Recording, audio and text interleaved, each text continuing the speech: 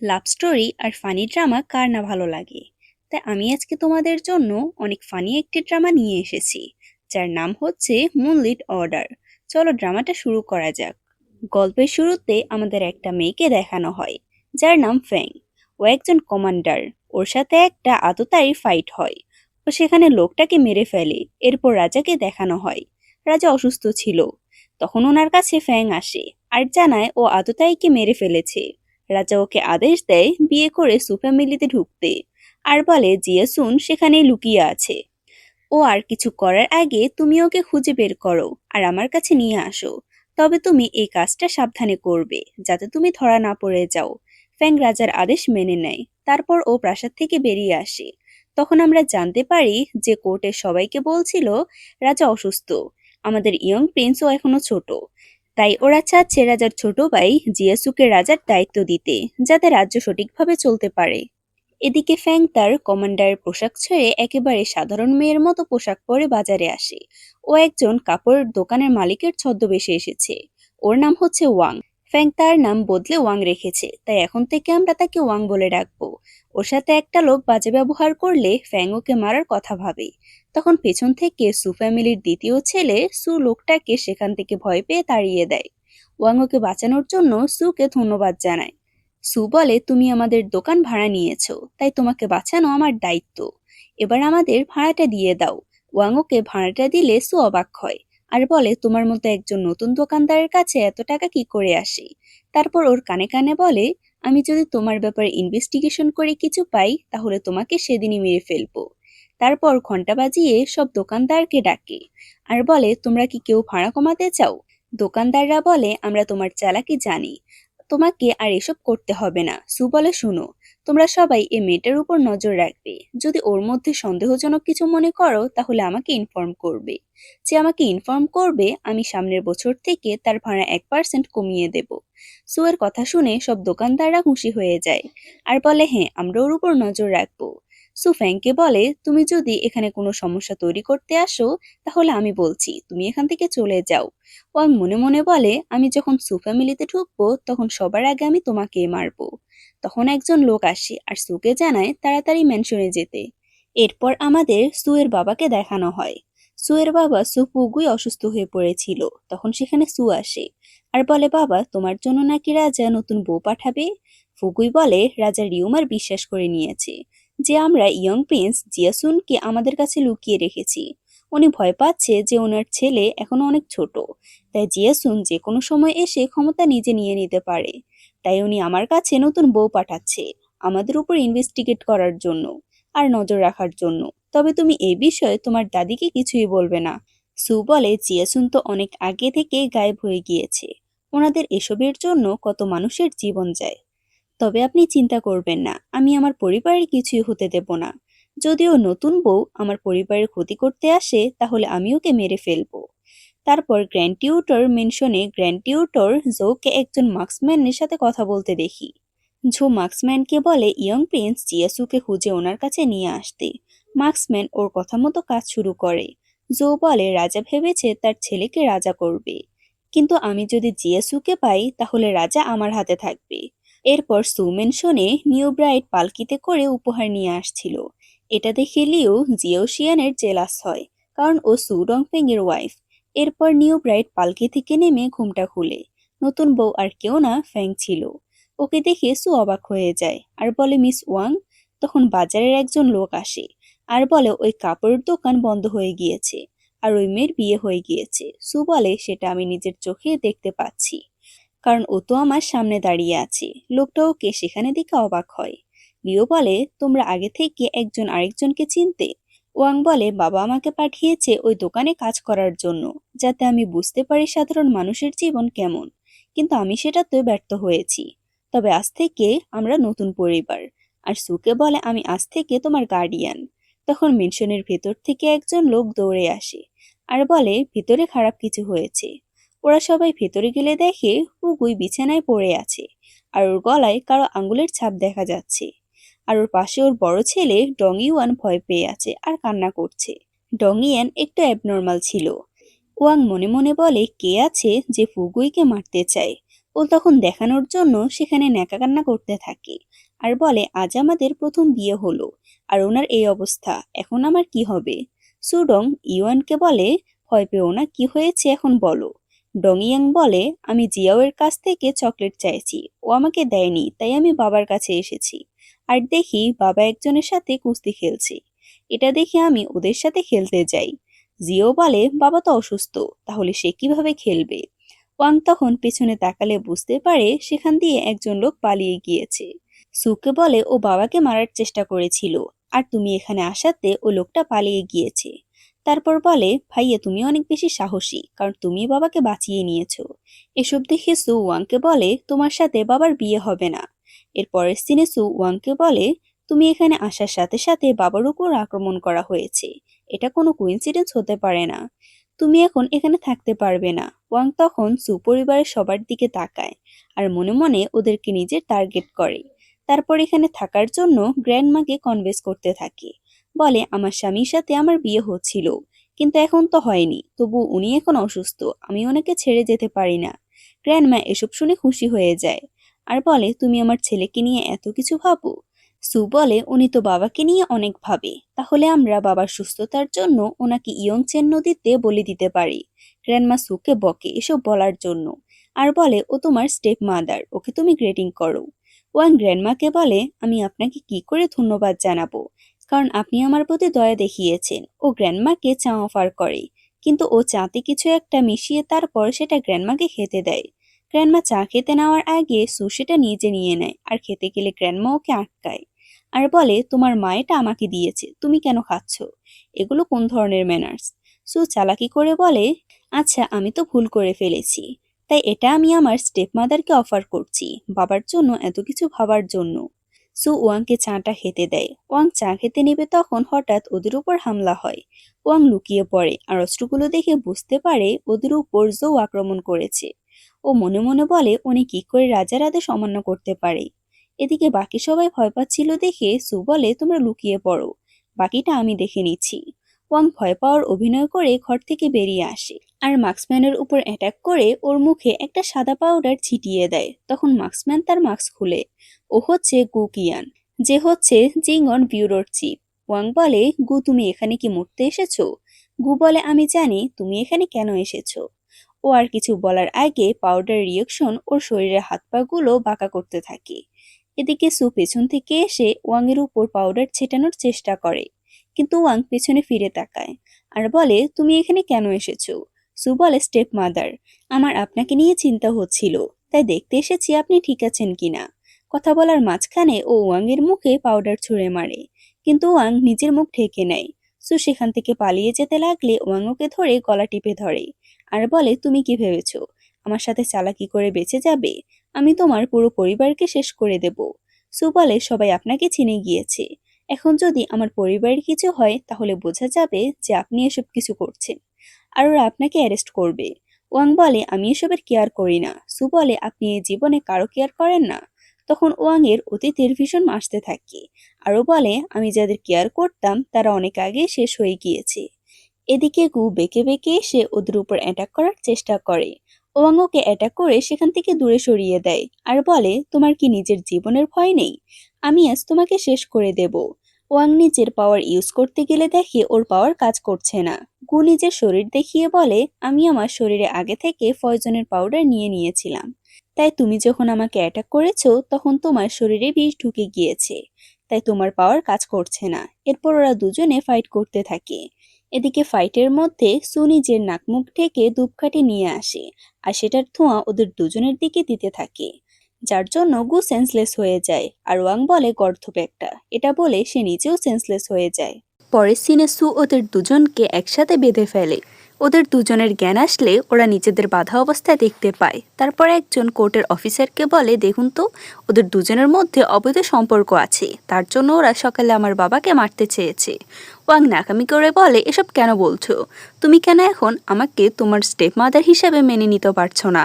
সু বারবার ওদের নামে এসব বলায় গু রেগে যায় আর বলে তুমি কাকে ওর প্রেমিকা বলছো? ও তখন নিজের শরীরের আঘাত দেখিয়ে বলে, দেখো ও আমাকে কিভাবে মেরেছে। আঘাত দেখাতে গিয়ে ওর যতগুলো ওয়েপন লুকোনো ছিল সবগুলো বেরিয়ে আসে। এসব দেখে কোর্টের অফিসার বলে, তুমি এতগুলো ওয়েপন নিয়ে নিজের কাছে কেন লুকিয়ে রেখেছো। এমন পরিস্থিতি সামলাতে ওয়াং ওকে বলে, তুমি এবার সত্যটা বলে দাও। এরপর সবাইকে বলে, উনি মিস্টার গুজিং, যে হচ্ছে ব্যুরোর চিফ। ওনাকে রাজা এখানে পাঠিয়েছে আমাকে বাঁচানোর জন্য, কারণ রাজা বুঝতে পেরেছে যে গুফ্যাংয়ের উপর আক্রমণ করতে চলেছে কেউ। গু আমাকে এই লোকেদের হাত থেকে বাঁচিয়েছে। সু অফিসারকে বলে, ওরা সব মিথ্যে বলছে। তখন গ্র্যান্ডমা এসে সুকে থাপ্পড় মারে আর বলে, তোমার বাবা মাত্র ওকে বিয়ে করলো আর তুমি ওর নামে এসব মিথ্যে কথা ছড়াচ্ছ। তুমি এ পরিবারের হয়ে কিভাবে এসব করতে পারছো। গ্র্যান্ডমা ওকে আবার মারতে নিলে ওয়াং এসে বাধা দেয় আর ন্যাকা কান্না করতে থাকে আর বলে, আমার ছেলেকে মারবেন না, ও এখানে টিপিক্যাল মায়ের মতো অ্যাক্টিং করছিল। এসব দেখে গ্র্যান্ডমা গলে যায় আর ওকে জড়িয়ে ধরে সান্ত্বনা দেয়। ওয়াং তখন চোখের পানি মুছে আর রিয়েকশনটা দেখতে এমন ছিল। গ্র্যান্ডমা অফিসারকে বলে, আপনি এখন আসুন, এটা আমাদের পারিবারিক বিষয়, তাই আমরা এটা নিজে বুঝে নেব। রাতে ওয়াংকে জিয়াও ঘরে নিয়ে আসে। তখন ছাদ থেকে গু লাফ দিয়ে ভাপ নিয়ে নামতে গেলে ও উল্টো পড়ে যায়। ওয়াং বলে, হয়েছে আর ফর্মালিটিস দেখাতে হবে না। এভাবে কথায় কথায় ওদের দুজনের মধ্যে ঝগড়া লেগে যায়। তারপর ওরা দুজনকে বিষের অ্যান্টিডোটটা দিয়ে দেয়, কিন্তু ওরা কেউই কাউকে পুরো অ্যান্টিডোটটা দেয় না, যার জন্য ওদের নিজের পুরো পাওয়ারটাও ফিরে পেতে পারে না ওরা। তারপর ওয়াং বলে, তোমার কাছে কি কেউ আছে যেসব করাচ্ছে। গু বলে, এখানে বিয়ে করবে তুমি তো আমাকে বলনি, তাহলে আমি কেন তোমাকে এসব বলতে যাব। ও ভাব নিয়ে সেখান থেকে চলে আসে। পরের সিনে সু নিজের বাবার কেয়ার করছিল। তখন ওর কাছে গ্র্যান্ডমা আসে আর বলে, অনেক রাত হয়েছে, এবার তুমি একটু ঘুমাও। সু বলে, আমি ঠিক আছি, তবে আমি জানি ওই মহিলা এসবের সাথে জড়িত আছে। আমি চাই আমার পরিবারকে সব বিপদ আপদ থেকে রক্ষা করতে। তখন হঠাৎ ওর বাবা ঘুম থেকে উঠে বসে। সু বলে, না, সব কিছু ঠিক আছে। এটা বলে ওর বাবাকে আবারও ঘুম পাড়িয়ে দেয়। এদিকে ওয়াং ছাদে বসে নিজের লোকেদের সিগন্যাল দিলে ওরা বাহির থেকে ফানুস দিয়ে আগুন ধরিয়ে ভিতরে পাঠিয়ে দেয়। সু নিজের ঘরে ঢুকে পড়ে আর দরজার ফাঁক দিয়ে দেখতে থাকে এখানে কি হচ্ছে। ও মনে মনে বলে, ইয়ং প্রিন্স, এই পরিবার মারা গেলে আপনি পুরো একা হয়ে যাবেন। এদিকে ফানুসগুলো থেকে আস্তে আস্তে চারদিকে আগুন ধরে যেতে থাকে। তখন দেয়ালের সেট করে রাখা ঘণ্টাটা পড়ে গেলে সু ঘর থেকে বেরিয়ে আসে আর গার্ডদের বলে, এখানে আগুন লেগেছে। তখন অনেকগুলো গার্ড এসে ওর গায়ে পানি ছুঁড়ে মারে। ওয়াং এটা দেখে অবাক হয়। তখন সুয়ের বোন নুয়ানো ঘর থেকে বেরিয়ে আসে আর গার্ডদের ডাক দিলে ওরা ওকে পানি ছুঁড়ে মারে। এভাবে একে একে সবাই ঘর থেকে বেরিয়ে আসে। তবে নিজেদের গায়ে সবাই কম্বল জড়িয়ে রেখেছিল। গার্ডরা অল্প কিছুক্ষণের মধ্যে আগুন নিভিয়ে ফেলে। ওয়াং অবাক হয় আর বলে, এত তাড়াতাড়ি আগুন নিভিয়ে ফেললো। ও সুয়ের আসার আওয়াজ শুনে তাড়াতাড়ি দরজা বন্ধ করে রুমে ঢুকে পড়ে।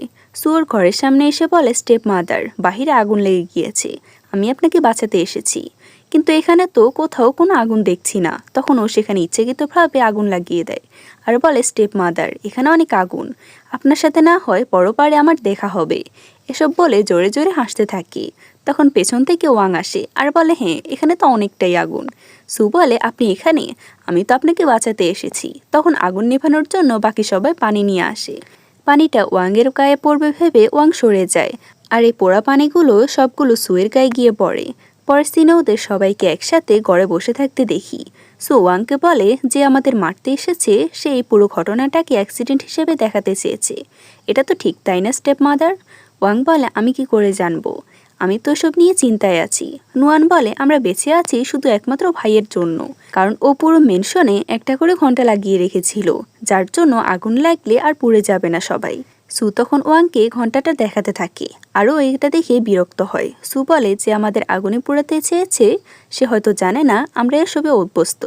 জিও বলে, সু আমাদের অনেক আগে থেকে এসব বিষয়ে প্র্যাকটিস করে যেতে বলেছে, যার জন্য আমরা এসব কিছু হ্যান্ডেল করতে পারি। এসব শুনে ওয়াং মনে মনে রেগে যায় আর বলে, অনেক রাত হয়েছে, এবার যাও, সবাই রেস্ট নাও।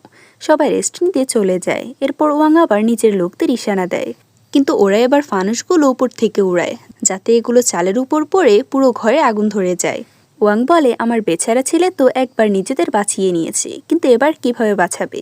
এদিকে দেখে ওরা সবাই একসাথে বসে গেম খেলছিল, যাতে আবার আগুন লাগলে ওরা নিজেদের বাঁচাতে পারে। অন্যদিকে ফানুসগুলো বাতাসে উড়ে জিং অ্যান্ড বিউরোতে গিয়ে পড়ে, যার জন্য সেখানে আগুন লেগে যায়। তখন ভিতর থেকে গু একেবারে কালো ভূত হয়ে বেরিয়ে আসে আর বলে, ওয়াং, আমি তোমাকে কোনো ক্লু না দেওয়ায় তুমি আমার সাথে এমনটা করেছো, আমি তোমাকে একদমই ছাড়বো না। ও আর জো তো একেবারে ভূত হয়ে গিয়েছে। জো বলে, আমি ওদের ছাড়বো না। এরপর ওরা দুজন দুজনকে জড়িয়ে ধরে কাঁদতে থাকে। পরদিন সকালে একজন লোক ওয়াংয়ের কাছে রাজার ডিগ্রি নিয়ে আসে, কিন্তু লোকটা ওয়াংকে অনেক কথা শোনাতে থাকে। ওয়াং তখন রেগে ওই লোকটাকে মেরে ফেলে আর ওর লাশটা বস্তাবন্দি করে সেখানে পানিতে ফেলে দেয়। রাতেও চিন্তা করে আর বলে ওর প্রথম টার্গেট সুকে মারার।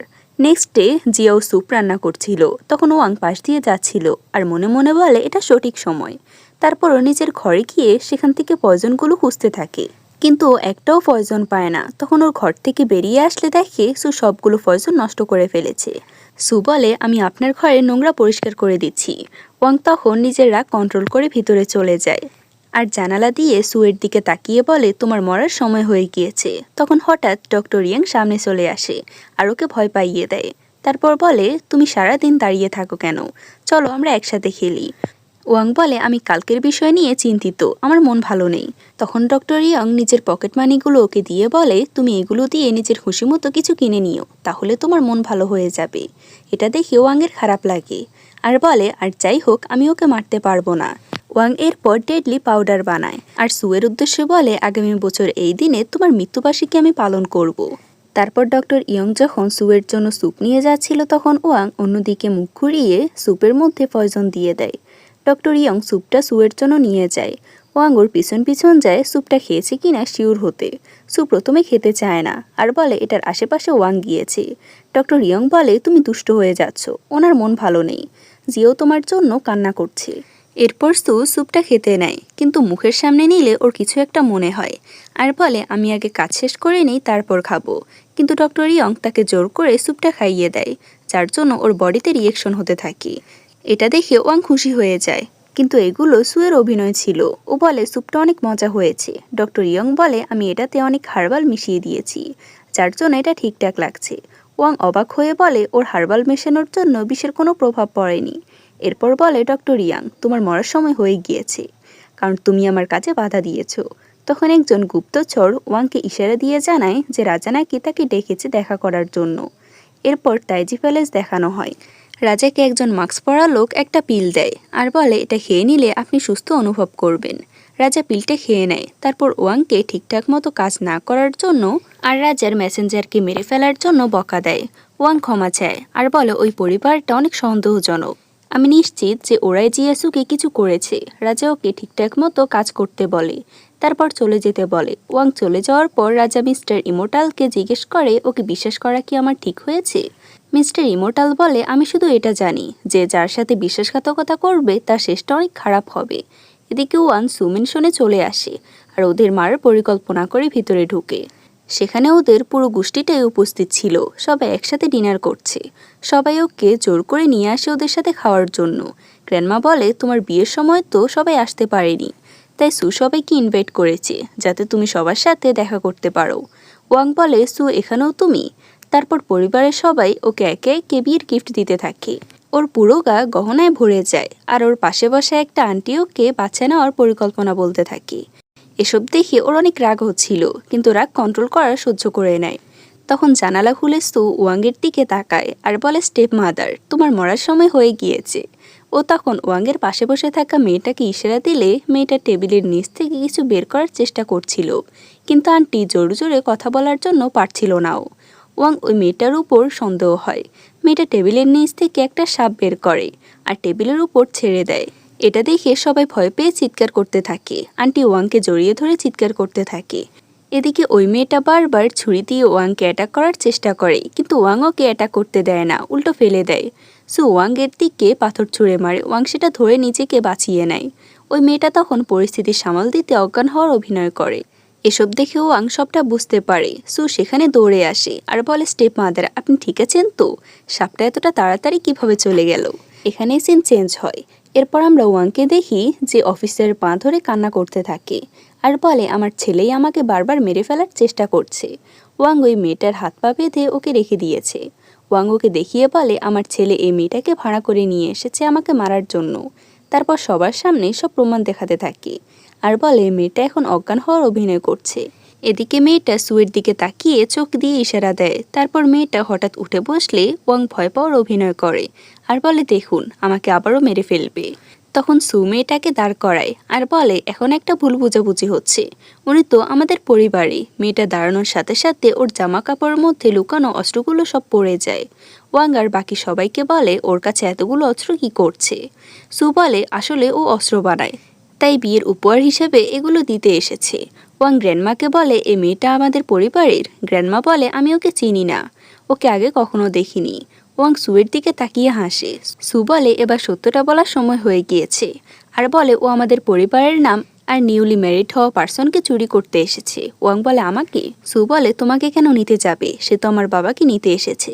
তখন মেয়েটা বলে, আমি আসলে ইয়ং লর্ডকে অনেক আগে থেকে ভালোবাসতাম, কিন্তু আপনারা আমাকে বিয়ে দিয়ে দেওয়ায় আমি ওনাকে চুরি করে এখান থেকে নিতে এসেছি। ওয়াং সুকে বলে, তার জন্য তুমি মেয়েটাকে এখানে নিয়ে এসেছো?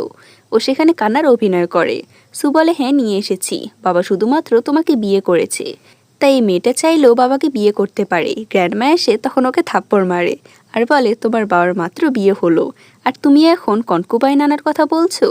এরপর অফিসারকে বলে, এখানে ভুল বুঝাবুঝি হয়েছে, এটা আমাদের পরিবারের বিষয়, আপনি চলে আসুন।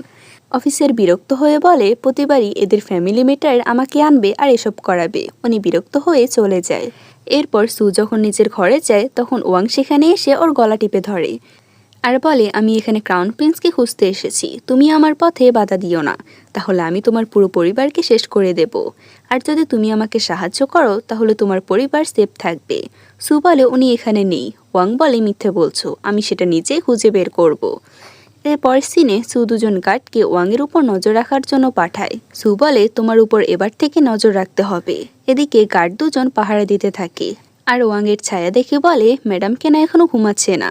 এভাবে পাহারা দিতে দিতে ওরা সেখানে নিজেরাই ঘুমিয়ে পড়ে। সকালে সু এসে দেখে ওরা দুজনে ঘুমিয়ে আছে আর ওয়াং সেখানে ওদের বোকা বানানোর জন্য কাকতাড়ুয়া বানিয়ে রেখেছে। সু তখন দৌড়ে দাদিমার কাছে যায় আর দেখে ওরা সবাই খাবার খাচ্ছে, কিন্তু নুয়ান সেখানে নেই। ও তখন ওকে খোঁজার জন্য বের হয়। এদিকে দেখি গু নুয়ানকে ফলো করছিল আর ওয়াং গুকে ফলো করছিল। নুয়ান ফেস্টি কিনে চলে আসার সময় গু ওকে অ্যাটাক করে আর ওর জামা কাপড় খুলতে থাকে। ওয়াং তখন গুয়ের দিকে বল ছুঁড়ে মারে আর বলে, তুমি এত বড় অসভ্য যে মেয়েটার সাথে তুমি খারাপ ব্যবহার করছো। গু বলে, তুমি সবসময় আমার প্ল্যান নষ্ট করে দাও। ওয়াং বলে, মেয়েদের সাথে এমন ব্যবহার করছো আর আমি তোমাকে ছেড়ে দেব? এটা বলে ওয়াং গুকে অ্যাটাক করার জন্য যায়, কিন্তু ও সেখান থেকে পালিয়ে যায়। ওয়াং নিজের পাওয়ার ইউজ করতে চাইলেও ও দুর্বল হয়ে পড়ে। তবুও ওয়াং নুয়ানের খেয়াল রাখতে থাকে। তখন সু সেখানে চলে আসে আর বলে, ওর থেকে দূরে থাকো। সু ওয়াংয়ের দিকে তলোয়ার নিয়ে আসে আর ওর পেটের মধ্যে আঘাত করে। ওয়াং মনে করে ও মরে যাবে, কিন্তু ওর পেটের দিকে তাকিয়ে দেখে তলোয়ারটা ওর হাতের মধ্য দিয়ে চলে গেছে। ও মনে মনে বলে, আজ আমার ভাগ্য ভালো, কারণ আমার ছেলেটা অনেক বেশি ইউজলেস। সু এটা দেখে লজ্জা পায়। তখন নুয়ান বলে, তুমি এসব দিকে কি করছো? উল্টো আমাকে বাঁচিয়েছে আর তুমি ওকে ভুল বুঝছো। এখানে সিন চেঞ্জ হয়। তারপর ওয়াং বসে বসে ওর অতীতের কথা মনে করছিল। ও যখন ছোট ছিল তখন একটা বাচ্চা ওকে দোলনায় দোলাচ্ছিল। ও কল্পনা থেকে বেরিয়ে আসলে দেখে সু ওকে ফেস্টি কিনে দেয় আর বলে, ভুল বোঝার জন্য ক্ষমা চাইছি। এটা দেখে তখন ওয়াংয়ের অতীতের কথা মনে পড়ে। ওকে একটা ছেলে এভাবে ফেস্টি দিয়েছিল। ও সুকে বলে, তুমি এটাতে কি বিষ মিশিয়েছো? সু একটা খেয়ে বলে, এটাতে তো কিছুই নেই।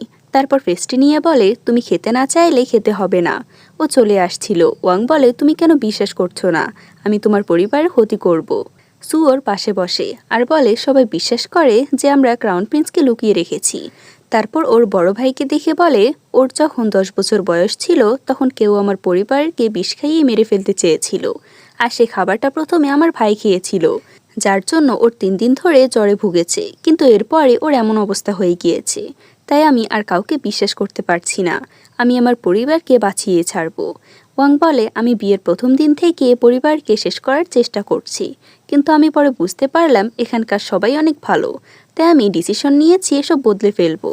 তারপর ওর হাত বাড়িয়ে দিয়ে বলে, আমরা চাইলে একসাথে হ্যাপিলি থাকতে পারি। সুওকে প্রমিস করে, কিন্তু ওদের দুজনের মনে ছিল অন্য কথা। ওরা দুজনেই দুজনকে মিথ্যে বলে। নুয়ান এসে ওয়াংকে নিয়ে যায়। এরপর সু সেখানে একটা খেলনা দেখতে পেয়ে সেটার দিকে তাকিয়ে থাকে। এদিকে একজন লোক সেরকম খেলনা নিয়ে যাচ্ছিল আর ওর পেছন পেছন ডং ইউয়ানও যাচ্ছিল। লোকটা আর কেউ না বরং গু ছিল। গু ডং ইউয়ানকে বলে, আপনার এইসব খেলনা চাই? তাহলে আমরা একটা গেম খেলবো, যে গেমে জিতে যাবে এসব খেলনা তার হবে, আর যে হেরে যাবে তাকে একটা একটা করে জামা খুলতে হবে। ডং ইউয়ান রাজি হয়। এরপর গেমে ডং ইউন জিতে যায়, তারপরও অর্ধেক খেলনা নিয়ে চলে যায়। আর গু গেমে হেরে যাওয়ার কারণে তার গায়ের অর্ধেক জামা খুলে ফেলতে থাকে। ডং ইউন বলে এবার আমি বাড়িতে যাই। গু ওকে আটকায় আর বলে আমরা আরেকটা গেম খেলবো। এবার যে হেরে যাবে বাকি খেলনাগুলো তার হবে, আর যে উইন হবে তাকে তার বাকি জামাগুলো খুলে ফেলতে হবে। এবারও ডং ইউয়ান বাকি খেলনাগুলো নিয়ে যায়, কারণ জিতে গিয়েছিল। আর গু হেরে যাওয়ার কারণে নিজের গায়ে থাকা বাকি জামা কাপড়গুলো খুলে ফেলতে হয়।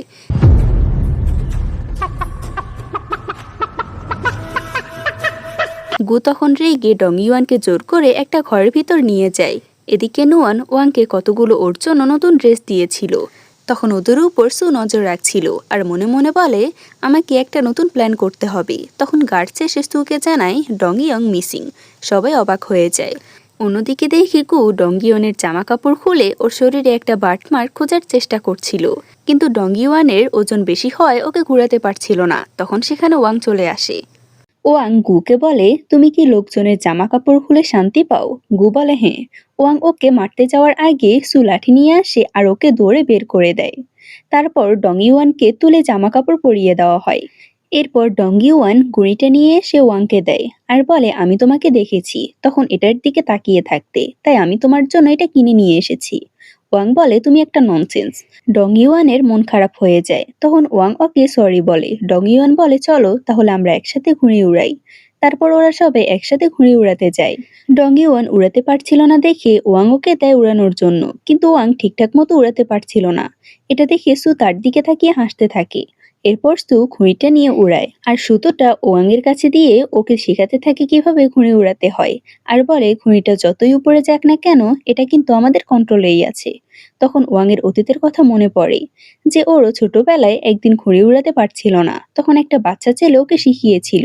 এটা মনে করে ও নিজের কাছে থাকা পেন্ডেন্টের দিকে তাকিয়ে সুয়ের থেকে দূরে চলে আসে আর বলে তোমরা ঘুড়ি উড়াও। তারপরও সেখান থেকে চলে আসে। রাতে ওয়াং ঘরে বসে বসে ভাবে ডং ইউয়ানের জামা কাপড় খোলার চেষ্টা করেছে যাতে ওর শরীরে বাটমাট আছে কিনা দেখার জন্য।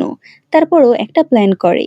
এদিকে ডং ইউয়ান নিজের ঘরে আসলে ওয়াং ওকে দেখে অবাক হয় আর বলে স্টেপ মাদার আপনি এখানে কি করছেন? ওয়াং বলে আজকে তুমি অনেক ভয় পেয়েছো, তাই আমি তোমার জন্য হট বাথের ব্যবস্থা করেছি। চলো বাথ নেওয়া যাক।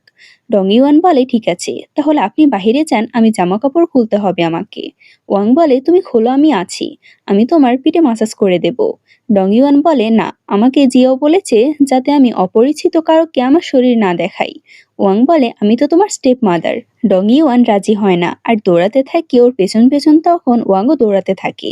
এভাবে ওরা দুজন গোল গোল ঘুরতে থাকে। শেষে ওয়াং পড়ে গিয়ে ব্যথা পাওয়ার অভিনয় করে আর ডং ইউয়ানকে ওকে হেল্প করতে বলে। ডং ইউয়ান ওর কাছে গেলে ও ডং ইউয়ানের জামা টান দিয়ে খুলে ফেলে আর দেখে সত্যি ওর গায়ে ক্রাউন প্রিন্সের বাট মার্ক আছে। ওয়াং এটা বিশ্বাস করতে পারে না আর মনে মনে বলে ও কি করে ক্রাউন প্রিন্স হতে পারে।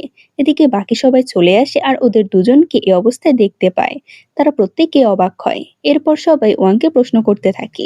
ও কোনো কথার উত্তর দেওয়ার আগে সেখানে গু চলে আসে আর বলে আমাকে আপনাদের প্রোটেকশনের জন্য পাঠানো হয়েছে।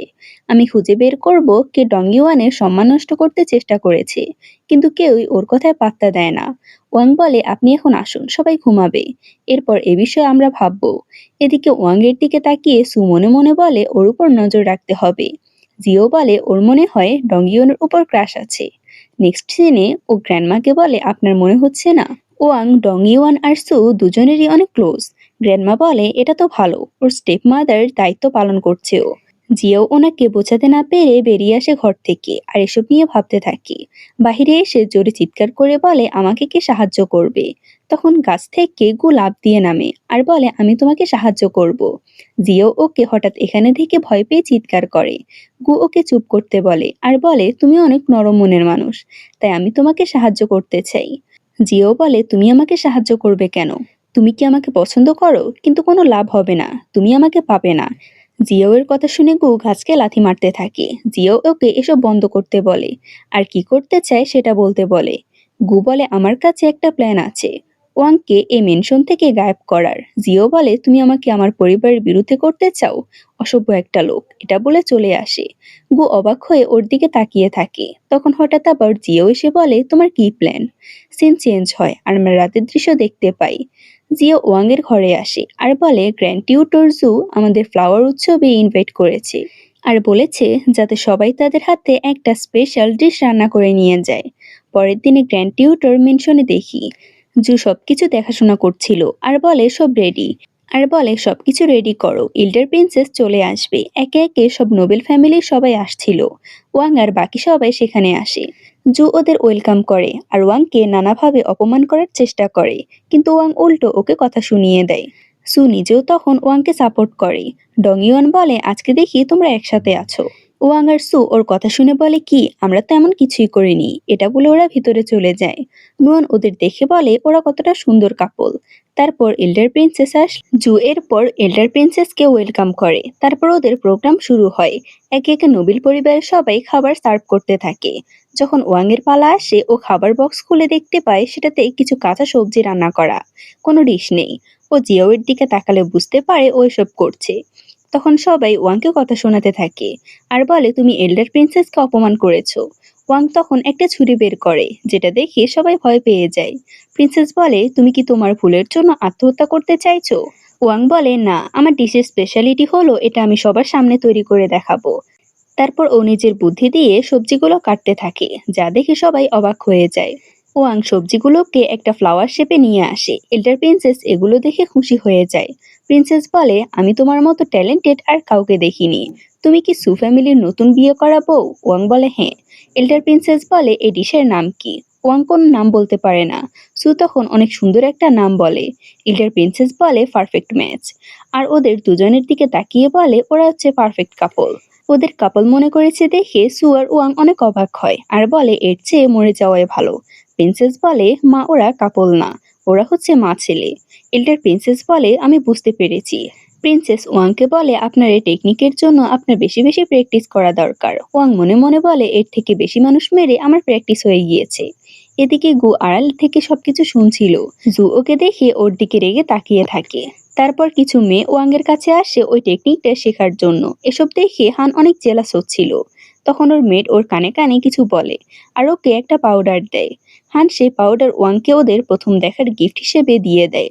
ওয়াং মনে মনে বলে তুমি কি মনে করেছো আমি জানি না? এটা তো ডিসগাইড পাউডার। হান ওর মেডকে বলে ও একবার পাউডারটা ইউজ করলে ওর চেহারাটা নষ্ট হয়ে যাবে। ও যখন চিৎকারের আওয়াজ শুনে বুঝতে পেরে তাকিয়ে দেখে প্রিন্সেসের ফেস নষ্ট হয়ে গিয়েছে। প্রিন্সেস এটা দেখে কান্না করতে থাকে। প্রিন্সেস ওয়াংকে বলে তুমি এই পাউডারে কি মিশিয়েছো? ওয়াং বলে এটা আমায় মিসেস হান দিয়েছে, সবাই এটা দেখেছে। হান প্রিন্সেসের কাছে ক্ষমা চাইতে থাকে। প্রিন্সেস গার্ডদেরকে আদেশ দেয় পুরো হান ফ্যামিলিকে শেষ করে ফেলতে। তারপর ওয়াং অ্যাক্টিং করে বলে উনি কিভাবে কাউকে বিষ দিতে পারে। এটা বলে ও মাথা ঘোরায় অ্যাক্টিং করতে থাকে আর সুকে ইশারা দেয় ওকে ধরার জন্য। সু এসে ওকে ধরে নেয় আর ওকে ছাঁকড়িয়ে বলে স্টেপ মাদার তোমার কি হয়েছে? এভাবে দেখানোর জন্য ওর চুলের সবগুলো ক্লিপ খুলতে থাকে। ওয়াং বলে তুমি যদি আর একবার আমার দিকে তাকিয়ে আছো তাহলে আমি তোমাকে মেরেই ফেলবো। সু সবাইকে বলে স্টেপ মাদার এখন অসুস্থ হয়ে গিয়েছে, আমাদের যাওয়া উচিত।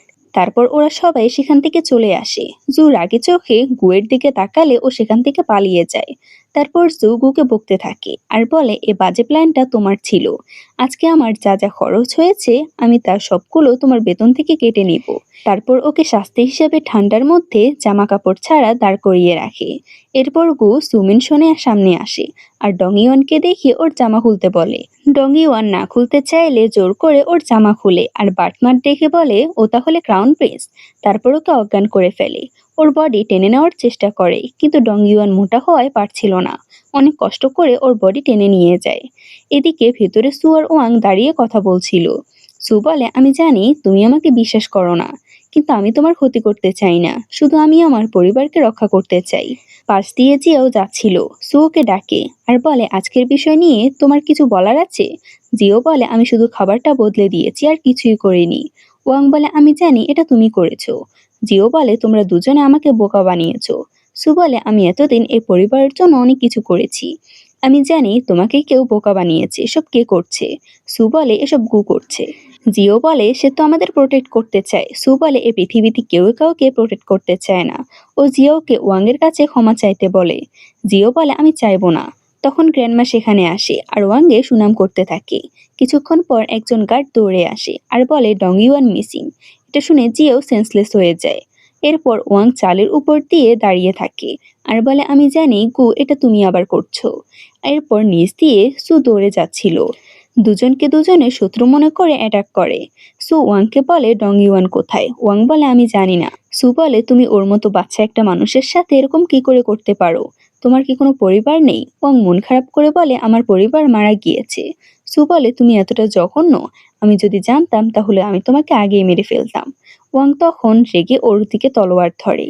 এদিকে গু ডং ইউয়ানকে বস্তাবন্দি করে জিঙ্গন ব্যুরোতে নিয়ে আসে আর অফিসারদেরকে বলে ও ইন্টারগেট করতে। অফিসাররা বলে, কাজের সময় শেষ, তাই কালকে আমরা আবারও কাজ শুরু করব। তারপর ওরা সবাই সেখান থেকে পালিয়ে যায়।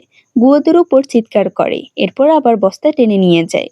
এদিকে ওয়াং সুর গলায় তলোয়ার ধরে আর বলে, আমি নিষ্ঠুর হতে পারি, কিন্তু আমার পরিবার অনেক ইনোসেন্ট। ওদের নিয়ে আর একটা কথা বললে আমি তোমাকে মেরে ফেলবো।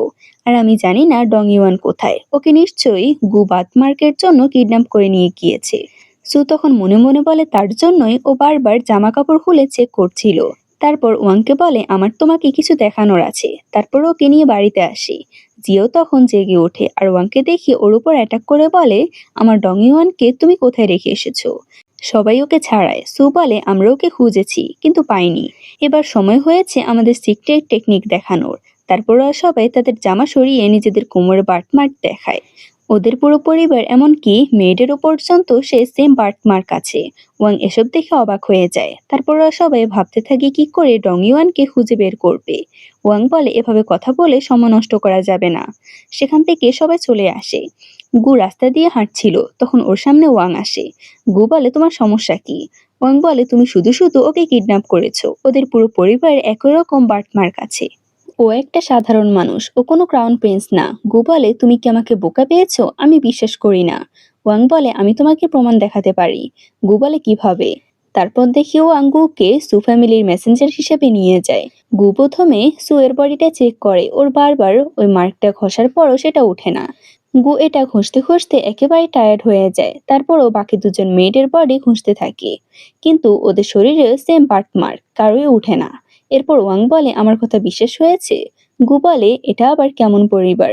ওয়াং বলে, ওদের সবার শরীরে সেম বার্থমার্ক আছে, তার মানে হচ্ছে ওরা ক্রাউন প্রিন্সকে লুকাতে চাইছে আর আমাদের সেটা খুঁজে বের করতে হবে। গু বলে, আমাকে অ্যান্টিডোট দিয়ে দাও, আমি পারবো না এসব। আমি ওই মোটা লোকটাকে মেরে ফেলবো। ওয়াং বলে, আমার সাথে তুমি কোঅপারেট করো। তুমি অনেক বোকা, তুমি ওকে মারলে ওর পরিবার তোমাকে মেরে ফেলবে। গু বলে, আমাকে অপমান করবে না। ওয়াং বলে, ওকে জেল থেকে মুক্ত করে দাও। গু চিৎকার করে বলে, তুমি কি পাগল হয়ে গিয়েছো? আমি ওকে জেল থেকে বের করলে ওরা আমাদের মেরে ফেলবে। ওয়াং বলে, তুমি ওকে জেলে না ঢোকালে এসব হতো না। তারপর ওয়াং বাড়িতে আসলে সুকে ওর উপর নজর রাখতে দেখি।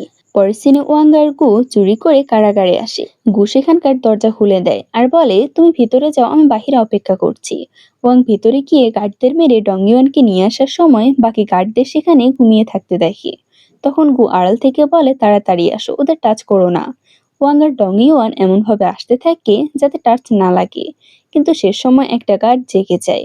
ওয়াং ওকে বলে ডং ইউয়ানকে নিয়ে যেতে। গু নিতে না চাইলে ওয়াং বলে, আমি তোমার নামে রিপোর্ট করব। গু তখন বাধ্য হয়ে ওকে নিয়ে আসে। তারপর ওয়াং গার্ডদের সাথে ফাইট করতে থাকে। পরের সিনে সু, জিয়াও আর নুয়ান বসে ওয়াংকে নিয়ে কথা বলছিল।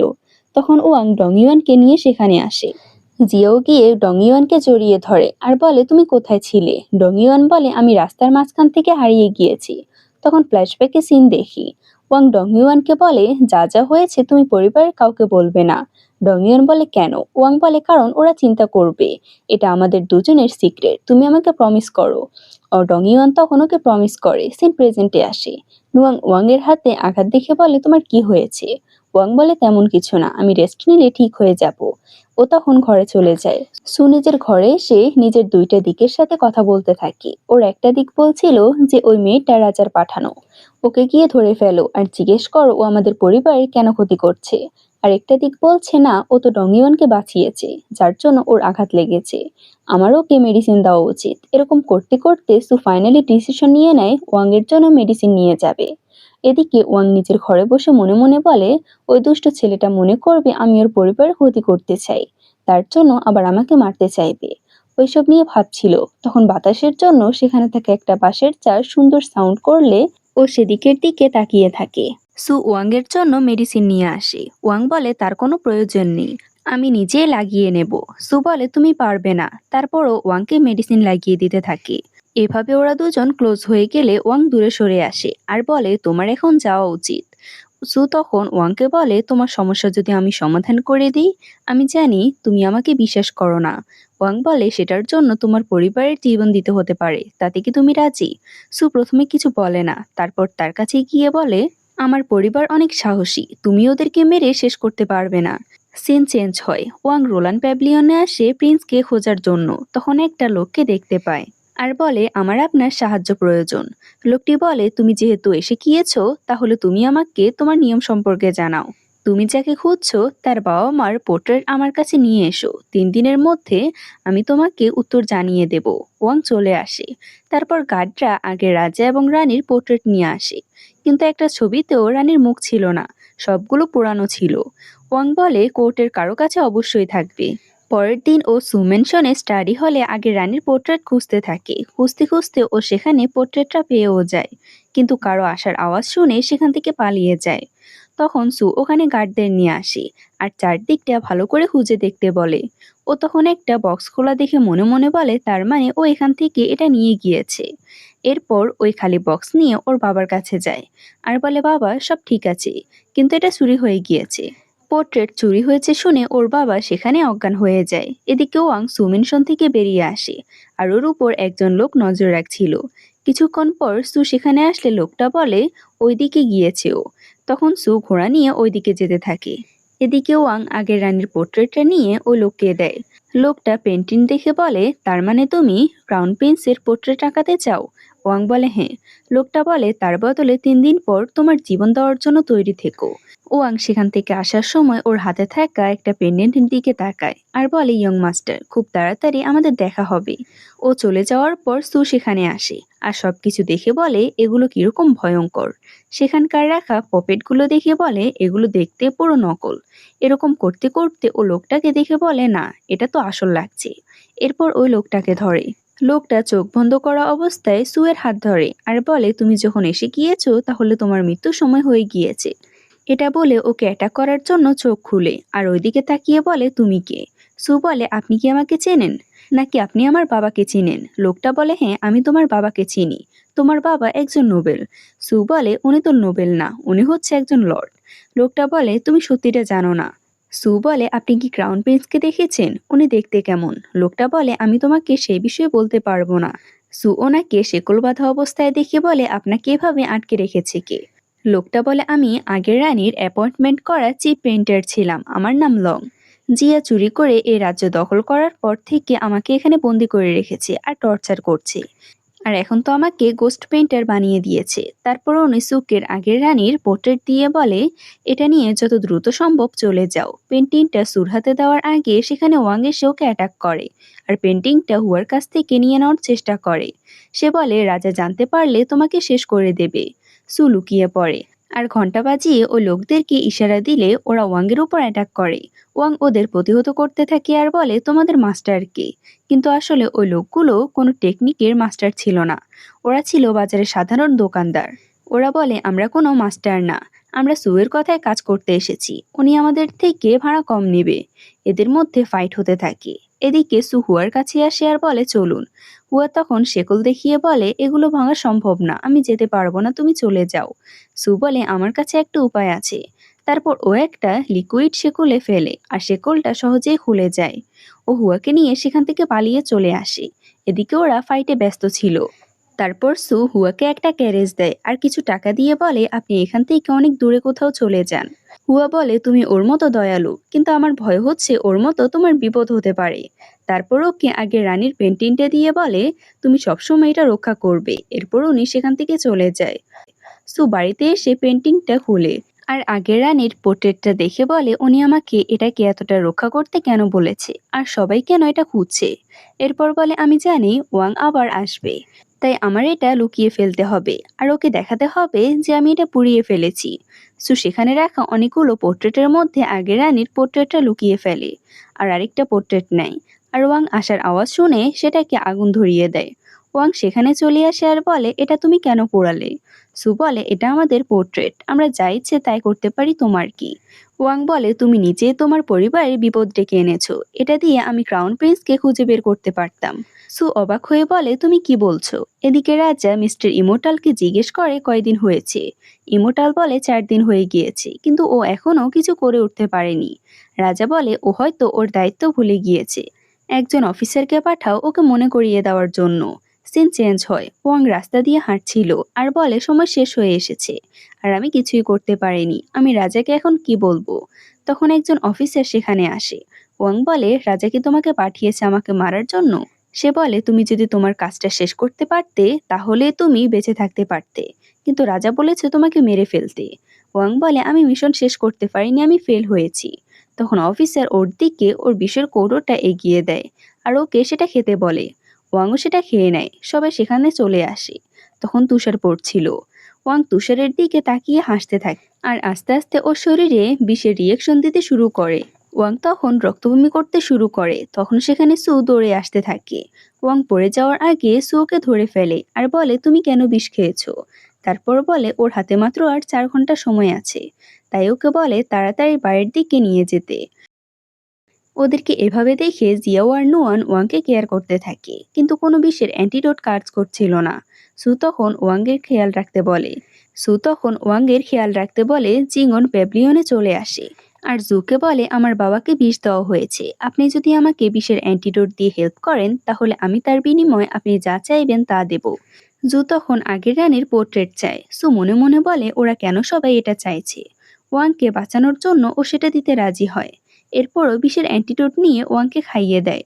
তখন ওর শরীর ঠান্ডা হয়ে যাচ্ছিল, তাই সু নুয়ানকে পাঠায় আগুন আনতে আর ওয়াংকে জড়িয়ে ধরে গরম করার চেষ্টা করে আর মনে মনে বলে, তুমি কেন নিজেকে বিষ দিয়েছো? তুমি কি লুকাতে চাইছো? নুয়ান সেখানে আগুন নিয়ে আসে। সু তখন ওয়াংকে শুইয়ে দিয়ে সেখান থেকে চলে যাচ্ছিল, কিন্তু ওয়াং ওর হাত ধরে ঘোরের মধ্যে বলে, ইয়ং মাস্টার, আমাকে ছেড়ে যাবেন না। যখন বুঝতে পারে ও সুর হাত ধরেছে তখন ও হাতটা ছেড়ে দেয় আর বলে, এখান থেকে চলে যাও। সু ঘর থেকে বেরিয়ে আসে। ওয়াং বলে, আমি তাহলে মরিনি? নুয়ান বলে, সু তোমার জন্য অ্যান্টিডোট নিয়ে এসেছে। ওয়াং মনে মনে বলে, এটার অ্যান্টিডোট তো জুয়ের কাছে আছে, তার মানে ও সেটা জুয়ের কাছ থেকে নিয়েছে। জিও ওর জন্য স্যুপ নিয়ে আসে, কিন্তু ও স্যুপটা খেতে চায় না আর বলে সবাইকে সেখান থেকে বেরিয়ে যেতে। ওয়াং বারবার মরার কথা বলছিল দেখে সু ঘরে আসে আর বলে, বারবার কেন মরার কথা বলছো? তোমার পরিবার নেই ঠিক আছে, কিন্তু ওরা চায় তুমি ওদের সাথে একসাথে থাকো, নিজেকে কেন এভাবে কষ্ট দিচ্ছ? ওয়াং বলে, তুমি আমাকে বাঁচিয়ে তোমার পরিবারের বিপদ ডেকে এনেছো আরো বেশি করে। সু বলে, আমার পরিবার অলরেডি একটা বিপদে আছে, কিন্তু আমি তোমাকে এভাবে মরতে দিতে চাই না। যদি আর কখনো মরার কথা বলো তাহলে আমি তোমাকে কখনো বাঁচাবো না। এটা বলে সেখান থেকে চলে আসে। জিয়াও আর নুয়ান ওয়াংয়ের কাছে আসে আর বলে, আমরা একটা পরিবার, এবার যত সমস্যায় আসুক না কেন আমরা সবাই একসাথে লড়বো।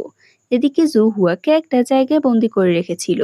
ও তখন মনে মনে বলে, যখন আমি আগের রানীর পোর্ট্রেট পেয়ে যাব তখন ওকে আমার কাজে লাগবে। এরপরও হুয়াকে আগের রাজা এবং রানীর পোর্ট্রেট দেয় ছবি আঁকার জন্য।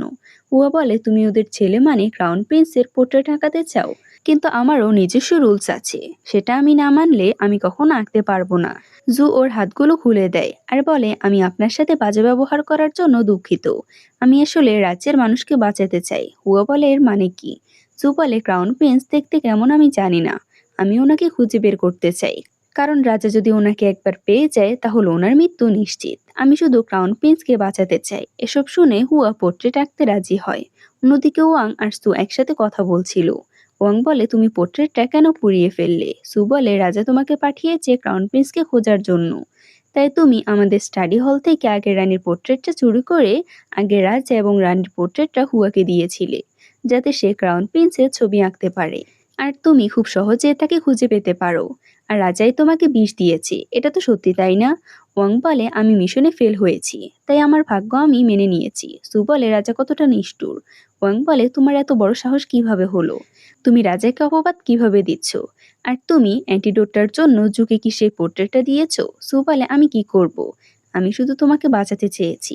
এটা শুনে ওয়াং ওর চোখের দিকে তাকিয়ে থাকে। সু ওর দিকে হাত বাড়িয়ে দেয় আর বলে, আমি তোমার জন্য ক্রাউন প্রিন্সকে খুঁজে পেতে সাহায্য করব, আমি আর কখনো তোমার ক্ষতি হতে দেব না। ওয়াং মনে মনে বলে, ও যেহেতু আমাকে বাঁচিয়েছে আর নিজের বিপদ ডেকে এনেছে, তার মানে ও আমার ক্ষতি করতে চায় না। ওয়াং ওর সাথে হাত মিলিয়ে নেয় আর বলে জুয়ের কাছে এখন আগের রানীর পোর্ট্রেট আছে, তাই ও হুয়াকে দিয়ে ক্রাউন প্রিন্সের পোর্ট্রেটটা আঁকাবে আর ওকে খুঁজবে। তাই আমাদের একটা প্ল্যান করতে হবে। এখানেই সিন কাট হয়। আমাদের ক্রাউন প্রিন্সের পোর্ট্রেট আঁকানো হয়ে গিয়েছে তা দেখানো হয়। জো সেটা দেখার আগে একজন গার্ড আসে আর বলে সু আপনাদের সাথে দেখা করতে এসেছে। জো সুয়ের সাথে দেখা করতে চলে যায়। জু বলে কি হয়েছে? গার্ড বলে উনি আপনার জন্য একটা উপহার এনেছে। আর হুয়ার কথা বলতে গেলে জু ওকে থামিয়ে দেয়। সু মনে মনে বলে তার মানে ও হুয়াকে লুকিয়ে রেখেছে। সু বলে আপনি আমাকে অ্যান্টিডোট দিয়ে উপকার করেছেন, তাই আমি আপনার জন্য উপহার নিয়ে এসেছি, প্লিজ এগুলো অ্যাকসেপ্ট করুন। এদিকে ওয়াং সিক্রেট দরজা দিয়ে সে মেনশনে প্রবেশ করে, আর অন্যদিকে সু জুকে নানান কথায় ব্যস্ত রাখে। সু এর কথাগুলো শুনতে শুনতে জুর অবস্থা খারাপ হয়ে যায়। এদিকে ওয়াং খুঁজতে খুঁজতে ওই সিক্রেট রুমে চলে যায় যেখানে একটা পোর্ট্রেট রাখা ছিল, কিন্তু কারো আসার আওয়াজ শুনে সেখান থেকে পালিয়ে আসে। এদিকে জু বলে তোমার এরকম স্টুপিড কথাবার্তা বন্ধ করো। তখন একজন গার্ড এসে জুয়ের কানে কানে কিছু বলে। জু সুকে বলে তুমি এখানে অপেক্ষা করো, আমি আসছি। জু তখন ওই সিক্রেট রুমে আসে আর সবকিছু দেখতে থাকে। অন্যদিকে ওয়াং হঠাৎ সুকে ভয় পাইয়ে দেয়।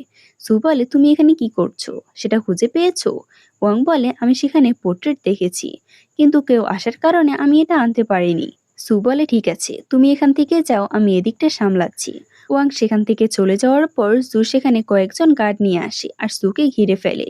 জু বলে তুমি এখানে আমাকে বাজে কথা বলে আটকে রেখেছো, যাতে করে তুমি আমার জিনিসগুলো চুরি করতে পারো। সু বলে না, আপনি আমাকে ভুল বুঝছেন। আমি এখানে এসেছি ধরে এ জায়গায় দাঁড়িয়ে আছি, তাহলে আমি কিভাবে চুরি করব? আপনার কি মূল্যবান কিছু চুরি হয়েছে? জু বলে আমার সাথে চালাকি করার চেষ্টাও করো না, এখান থেকে চলে যাও। সু তখন সেখান থেকে চলে আসে। এদিকে ওয়াং ঘরে সে পোর্ট্রেটটা নিয়ে চলে আসে। এরপর ও রাজার সাথে দেখা করতে যায়। রাজা বলে তোমার দায়িত্ব পালন না করার জন্য তুমি আত্মহত্যা করেছো, কিন্তু একজন বাহিরের লোক এসে তোমাকে বাঁচিয়ে নিয়েছে। তোমার আবার সাহস হলো কি করে এখানে আসার? এবং এসব কিছুর জন্য ক্ষমা চায় আর বলে ওই বিষের অ্যান্টিডোটটা জিগর বিউরোতে ছিল। রাজা বলে তুমি কি আমার কাছে জিগর বিউরোর নামে কমপ্লেন করতে এসেছো? ওয়াং বলে আপনার আমাকে অন্য কিছু দেখানোর আছে। ও তখন পোর্ট্রেটটা দেখায়। রাজা পোর্ট্রেট দেখে অবাক হয় আর বলে ও আমার ক্ষতি করবে কিভাবে? ওয়াং বলে আমায় অনুমতি দিন ওনাকে খোঁজার। রাজা অনুমতি দেয় আর বলে যাতে কোনো ভুল না হয়। তারপর ওয়াং সুমিন শুনে চলে আসে। ওয়াং বাড়িতে আসলে সবাইকে সেখানে দেখে ওদের সাথে জয়েন করে। গ্র্যান্ডমা ওকে এখানে পরিবারের হাউসহোল্ড দিয়ে দেয়। জিও বলে ও অ্যাকাউন্টিং সামলাতে পারে না। ডং ইউয়ান বলে ও পারবে। তারপর ও ওয়াংকে কতগুলো ম্যাথ জিজ্ঞেস করে। ওয়াং ক্যালকুলেট ছাড়া সেগুলোর আনসার দেয়। ওয়াং ক্যালকুলেটের উত্তর দেখে সবগুলো উত্তর সঠিক হয়েছে। গ্র্যান্ডমা ওয়াংকে বলে আজ থেকে পরিবারের দায়িত্ব আমি বিশ্বাস করে তোমার হাতে দিলাম। তোমার কোনো হেল্প লাগলে সুয়ের থেকে নিও। এসব নিয়ে জিও মন খারাপ করেছিল। নুয়ান গ্র্যান্ডমাকে বলে সু তো ভালোভাবে অ্যাকাউন্টিং সামলেছে, তাহলে হঠাৎ স্টেপ মাদারকে এই দায়িত্ব কেন দিল? গ্র্যান্ডমা বলে সু সারাদিন ওয়াংয়ের পিছনে পড়ে থাকে, ওর একসাথে কাজ করলে ওদের মধ্যে সম্পর্কটা ভালো হবে। আর সু পরিবারের দায়িত্ব পালন করতে গিয়ে নিজের জীবনটা উপভোগ করতে পারেনি, ও এবার একটু রেস্ট নিক। তারপর ওয়াং অ্যাকাউন্টিং বই নিয়ে এগুলো দেখছিল। হঠাৎ সু ওর কাছে চলে আসায় ও ভয় পেয়ে যায়। ওরা কিছুক্ষণ এখানে কথা বলার পর সুয়াংকে নিয়ে যায় ওদের সবগুলো দেখানোর জন্য। সুয়াংকে ওদের জুসটি ঘুরে ঘুরে দেখাতে থাকে আর কিভাবে ওদের পরিবার এটা তৈরি করেছে সেসব হিস্ট্রি বলতে থাকে।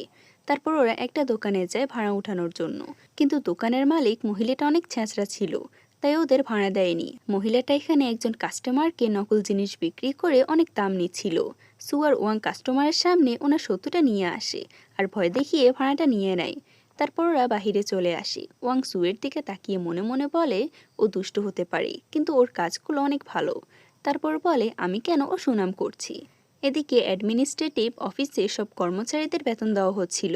গু যায় নিজের বেতন আনার জন্য, কিন্তু ওকে সেখানে সবার চাইতে কম বেতন দেওয়া হয়, কারণ ও ঠিক করে মিশন কমপ্লিট করতে পারেনি। গু প্রথমে সেখান থেকে রাগ দেখিয়ে চলে আসলেও পরে আবার গিয়ে সে 1 পয়সা নিয়ে আসে।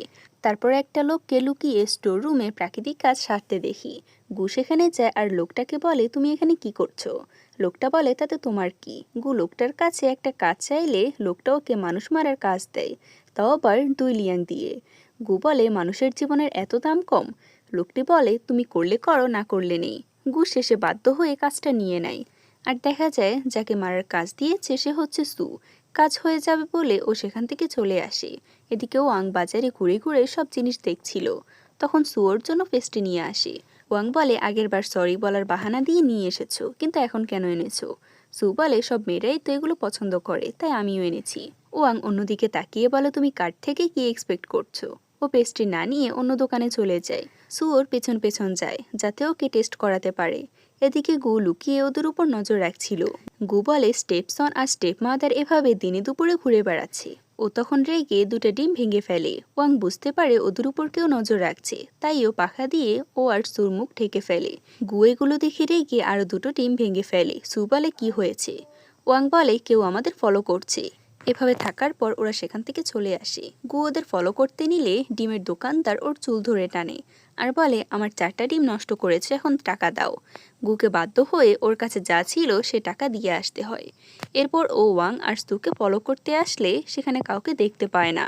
তখন পেছন থেকে ওয়াং বলে তুমি আমাকে কেন ফলো করছো? গু বলে আমি তোমায় ফলো করছি না। ও ঝোপের আড়ালে সুকে অ্যাটাক করতে গেলে ওয়াং সুকে বাঁচিয়ে নেয়। গু এবার ওয়াংকে অ্যাটাক করে সুকে মারতে এগিয়ে যায়। ওয়াং তখন মনে মনে বলে আমি তো ওর কাছ থেকে পেস্ট্রিটা পেয়ে গিয়েছি, তাহলে আমি কেন ওকে বাঁচাচ্ছি? এদিকে গু সুকে মারছিল। সু বলে আমাদের মধ্যে তো কোনো শত্রুতা নেই, তাহলে তুমি কেন আমাকে মারছো? গু বলে কারণ আমি তোমাকে মারার কন্ট্রাক্ট পেয়েছি। সু বলে কত টাকার? গু প্রশ্নের উত্তর দেয় না, আর ওকে মারতে গেলে ওয়াং এসে ওর হাত ধরে নেয় আর বলে উত্তর দাও, ওকে মারার জন্য তোমাকে কে পাঠিয়েছে?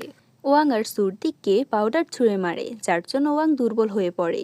গু ওয়াংকে মারার জন্য এগিয়ে যাচ্ছিল, তখন সু ওকে পেছন থেকে এসে জড়িয়ে ধরে। গু সুকে মারতে থাকে। সুর অবস্থা খারাপ হয়ে যায়, কিন্তু ও কোনোভাবেই ওয়াংকে ছাড়ে না আর বারবার ওয়াংকে পালিয়ে যেতে বলছিল, কিন্তু ওয়াং দুর্বল হয়ে যাওয়ায় ও কিছুই করতে পারে না। এসব কিছু দেখে গু বলে তার মানে আজকে দুটো লাভবার্সকে একসাথে মেরে ফেলবো। এরপর ওয়াংকে অ্যাটাক করতে চায়। সিন এখানে কাট হয়। এরপর ওয়াংকে পাহাড়ের নিচে ঝুলে থাকতে দেখি। সুকে বাঁচানোর চেষ্টা করে কিন্তু পারে না। ওরা দুজনে পাহাড় থেকে পড়ে যায়। গু ওদের মেরে ফেলেছে মনে করে খুশিতে সেখান থেকে চলে আসে। এদিকে ওয়াং আর সু একটা গর্তের মধ্যে পড়েছিল। সু এর জ্ঞান আসলে ও ওয়াংকে ডাকতে থাকে। সু বলে এখান থেকে বের হওয়ার জন্য রাস্তা বের করতে হবে, না হলে আমরা এখানে মারা যাব। তারপরও ওয়াংকে একটা জায়গায় বসিয়ে রাখি, কিন্তু তখন ওয়াংয়ের ঠান্ডা লাগছিল। এটা দেখে সু সেখানে আগুন জ্বালায় আর নিজের গায়ের কোট খুলে ওয়াংকে পরিয়ে দেয়। এসবে কাজ হচ্ছে না দেখে ওকে জড়িয়ে ধরে। ওয়াং তখন বারবার ইয়ং মাস্টারের নাম নিচ্ছিল। ঘুমের মধ্যে ওর অতীতের কথা মনে পড়ে। ওকে একটা ছেলে তার জেট পেন্ডেন্টের অর্ধেক অংশ দিয়েছিল আর বলেছিল বেঁচে থাকলে আবারও দেখা হবে। তারপর একজন লোক ছেলেদেরকে সেখান থেকে নিয়ে যায় আর মেরে ফেলে। ওয়াংয়ের তখন ঘুম ভেঙে যায়। ও সুকে ওর কাছে দেখিয়ে ডাকতে থাকে, কারণ ও সুকে দূরে সরানোর চেষ্টা করছিল। ওয়াং সুয়ের গায়ে হাত দিলে বুঝতে পারে ওর অনেক জ্বর। ওয়াংয়ের তখন মনে পড়ে সু ওর সাথে পাহাড় থেকে ঝাঁপ দিয়েছিল। ওয়াং বলে তুমি আমাকে বাঁচিয়েছো, কিন্তু আমি যদি তোমাকে না বাঁচাই তাহলে আমি তোমার কাছে ঋণী থেকে যাব। ওয়াং তখন সুয়ের মাথায় নিজের কোলে নিয়ে ওকে ডাকতে থাকে আর বলে তুমি যদি মরে যাও তাহলে তোমার এই ট্যালেন্টলেস ব্রেনের কি হবে? এসব কথা বলতে থাকে ও। তখন সু জেগে ওঠে। ওয়াং বলে তোমার জ্বর হয়েছিল, তবে ভাগ্য ভালো তুমি জেগে উঠেছো। সু বলে আমি যদি না বাঁচতাম তাহলে আমার এই ট্যালেন্টলেস ব্রেনের কি হতো? ওয়াং বলে তার মানে তুমি ঘুমানোর অ্যাক্টিং করছিলে। এটা বলে ওকে মারতে থাকে। সু ওর হাত ধরে বলে আমাদের এখন এখান থেকে বের হওয়ার রাস্তা খুঁজতে হবে। ওরা দুজন তখন এখান থেকে বের হওয়ার আশায় রাস্তা খুঁজতে থাকে আর খুঁজতে খুঁজতে ওরা একটা নদীপথ পেয়ে যায়। ওয়াং বলে এভাবে খুঁজতে খুঁজতে আমরা মারা যাব। সু ওকে পাথরের উপর বসিয়ে ওর হাতে মশালটা দিয়ে বলে আমি না আসা পর্যন্ত তুমি এখানে অপেক্ষা করো। তারপর নদীপথ দিয়ে যেতে থাকে। কিছুক্ষণ পর ওয়াংয়ের ভয় হতে থাকে। তখন ও সুকে ডাকতে থাকে, কিন্তু সুর কোনো সারা শব্দ ছিল না। তাই ও ভয় পেয়ে কান্না করে দেয় আর হেসে বলে সবাই আমাকে বোকা বানিয়ে চলে যায়। তবে কিছুক্ষণ পর ওই নদীপথ ধরে সু আবারও ফিরে আসে।